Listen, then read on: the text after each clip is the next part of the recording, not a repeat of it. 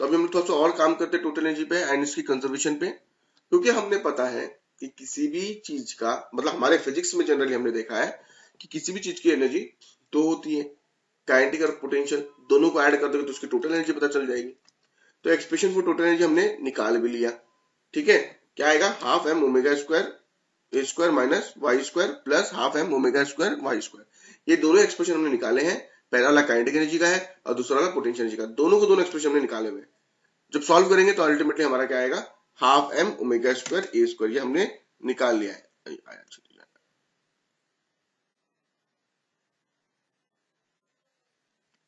ठीक है, हमारा टोटल एनर्जी आ गया ये वाला, कोई दिक्कत नहीं है। और हमने ये भी निकालना सीखा कि एम ओमेगा स्क्वायर जो होता है वो के बराबर होता है। तो एम ओमेगा स्क्वायर क्या होता है, के बराबर, तो हम लोग इसको क्या लिख सकते हैं, E T equals to half K A square. ये कहानी में समझ में आ गई, where omega equals to 2 pi f p लिख देंगे तो हमारा एक अलग फॉर्मूला आ जाता है ये वाला, ठीक है। एफ इक्वल्स टू 1/t हो जाएगा, तो हम लोग टाइम पीरियड के टर्म्स में भी आंसर निकाल सकते हैं।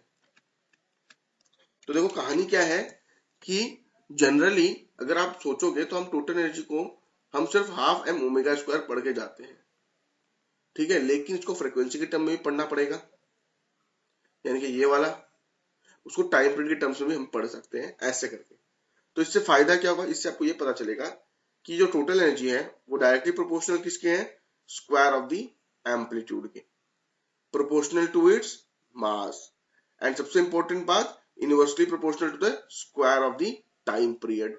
Square of the time period कहने का मतलब है कि ये दो तो नहीं पूछेंगे कभी एग्जाम में, लेकिन ये वाला पूछने का चांसेस है, या तो ये पूछेगा, क्योंकि फ्रीक्वेंसी तक सब पहुंच जाएंगे, यहाँ तक पहुंचे किसी का दिमाग काम ना करे तो दे माइट आस्क यू कि वो इनवर्सली क्या है, उसका प्रोपोर्शनल है कि नहीं है, मतलब ऐसा कुछ रिलेशन पूछ सकते हैं, लेकिन आस्क। या फिर ऐसा भी दे सकते हैं कि अगर मान लेते हैं कि एक पार्टिकल है जिसकी टोटल एनर्जी जो है 20 जूल है और उसका टाइम पीरियड है मान लेते हैं 5 सेकंड, तो हमें ये बताओ कि एक पार्टिकल है जिसका टाइम पीरियड है मान लेते हैं 10 सेकंड, उसकी टोटल एनर्जी क्या होगी, टोटल एनर्जी क्या होगी। तो आपको पता होना चाहिए कि AT equals to K by T, मतलब कांस्टेंट बाई टी, या फिर एक्स बाई टी ले लो, where X is a constant, X by T1। तो हम क्या लिख सकते हैं, E1 upon E2 equals to T2 upon T1। तो हमें पता चल गया E1 क्या हो गया भाई, E1 हो गया हमारा 20 upon X equals to 10 upon 5, 5 two यानी कि x equals to 10 joule is the answer. तो इस टाइप के क्वेश्चन आ सकते हैं। अब यहाँ पे आने का क्या होगा, हम लोग जब ऐसे क्वेश्चन आते हैं तो अभी पढ़ा हुआ है, अभी एकदम ताजा तरोताजा सब कुछ दिमाग में, तो आप फटाफट आंसर दे दोगे, लेकिन जब एग्जाम के टाइम थोड़ा थोड़ा करके जाएगा, रिविजन नहीं करोगे तो यही क्वेश्चन लगेगा कि बहुत टफ क्वेश्चन आ गया, लेकिन ये है बड़ा आसान, आपने देख लिया। ऐसे कुछ केसेस कर लेते हैं हम लोग, कर लिया है ना कि at the mean position y equals to 0 रहेगा तो हमारा पोटेंशियल 0 हो जाएगा, खाली काइनेटिक एनर्जी बचेगा। Similarly at the extreme position हमारा काइनेटिक एनर्जी 0 हो जाएगा और पोटेंशियल एनर्जी बचेगा, ये हमने कर लिया है ना, लेकिन इसका ग्राफ हमने अभी तक नहीं किया। अब ग्राफ बनाते हैं। देखो ग्राफ आप लोगों ने बुक में हमेशा पढ़ा होगा, उसको इग्नोर किया होगा, लेकिन वो इग्नोर करने की चीज नहीं होती, उसको समझने वाली चीज होती है, उससे बहुत बार क्वेश्चन बन जाते हैं, ठीक है। अब हमें ये पता है कि हमारी जो एनर्जी है वो कब कहाँ कहाँ क्या होने वाली है, मतलब टोटल एनर्जी क्या होगी, वो हमेशा कांस्टेंट रहेगी, पोटेंशियल कब 0 रहेगी, कब मैक्सिमम रहेगी, काइनेटिक एनर्जी कब 0 रहेगी, कब मैक्सिमम रहेगी।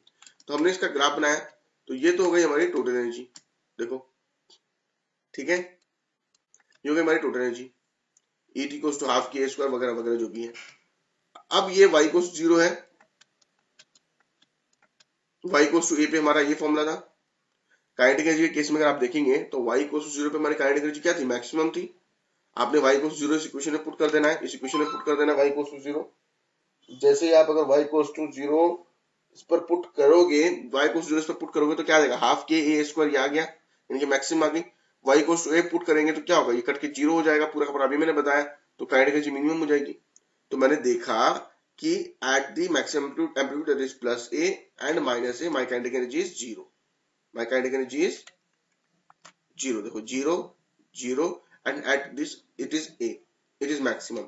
तो हमने क्या किया, इसको जोड़ दिया, तो ये हमारा बन गया काइनेटिक एनर्जी का कर्व, ये हमारा क्या बन गया, काइनेटिक एनर्जी का कर्व। अब उसके बाद हम लोग पोटेंशियल पे काम करते हैं। पोटेंशियल हमें पता है कि हाफ के एक्स स्क्वायर होती है, अभी निकाला के ए स्क्वायर होती है, सॉरी, या फिर के एक्स स्क्वायर ले लो, के वाई स्क्वायर होगा, के वाई स्क्वायर होगा, ये के वाई स्क्वायर या फिर एक्स स्क्वायर ले लेते हैं एक बार, चलो कोई दिक्कत नहीं है। तो वाई इक्वल्स टू 0, ये वाई ही ले लो, y इक्वल्स टू 0 पुट करेंगे तो पोटेंशियल कितनी हो जाएगी, 0 हो जाएगी। y इक्वल्स टू अगर आप a पुट करोगे तो क्या होगी, हमारी पोटेंशियल एनर्जी मैक्सिमम हो जाएगी। यानी कि ये वाला पॉइंट देखो, ब्लैक डॉट्स आ रहे हैं आपकी स्क्रीन पे, ये रहा एक black dot. At y equals to a it is 0, y equals to 0 पे मिनिमम हो जाएगी देखो, और y इक्वल्स टू a पे ये हमारे मैक्सिमम हो जाएगी। तो हमने दोनों को ज्वाइन कर दिया तो हमें पता चला कि ये हमारा पोटेंशियल जो कर्व बन जाएगा।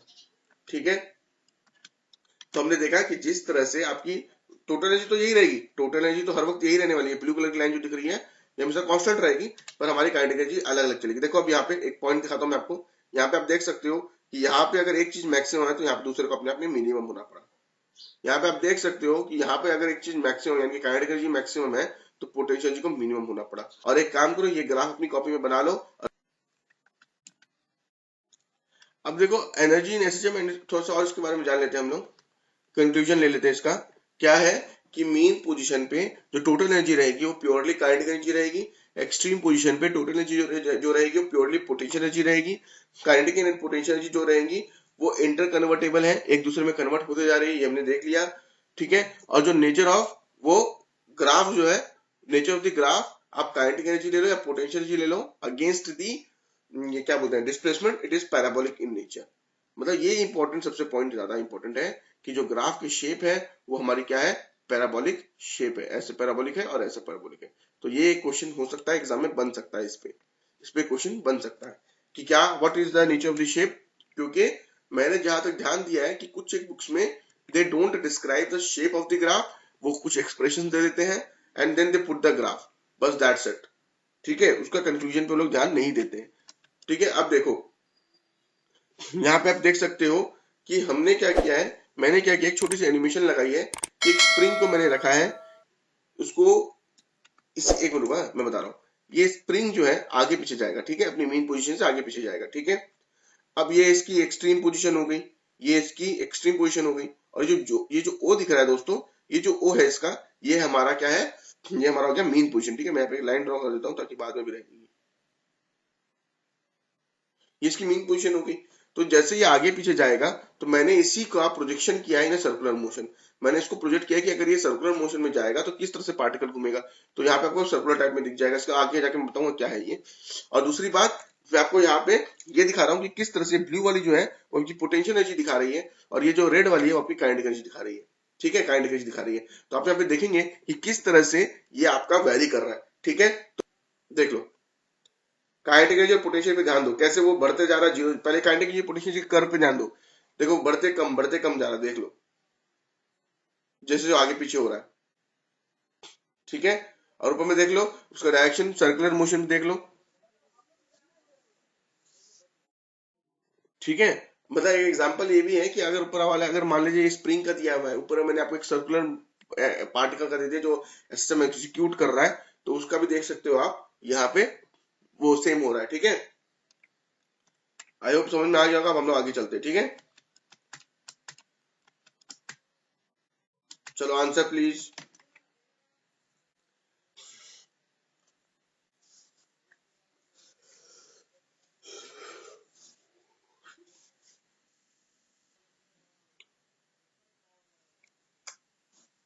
देख लेते हैं, आंसर होगा हमारा इसका सी।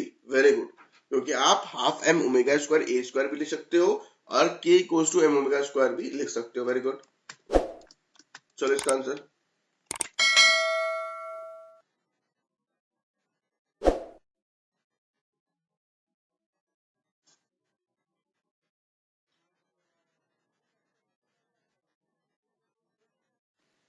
तो देख लेते हैं बाकी कहानी। इसका आंसर होगा डी, है ना, क्योंकि वो मास पे भी डिपेंड करता है, स्क्वायर ऑफ फ्रीक्वेंसी पे भी डिपेंड करता है, और एम्पलीट्यूड का स्क्वायर पे भी डिपेंड करता है ना, ये वाला आ जाएगा। अब बताओ एट मीन पोजीशन पे क्या होता है।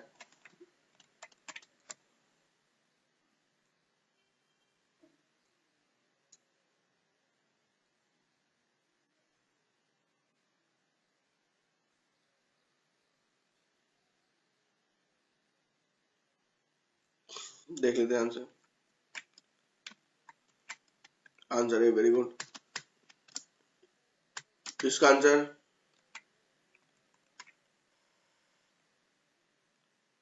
बी। सही पकड़े हैं।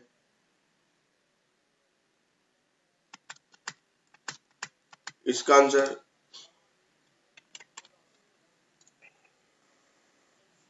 ये सब फालतू क्वेश्चन है, इसमें कुछ खास है नहीं।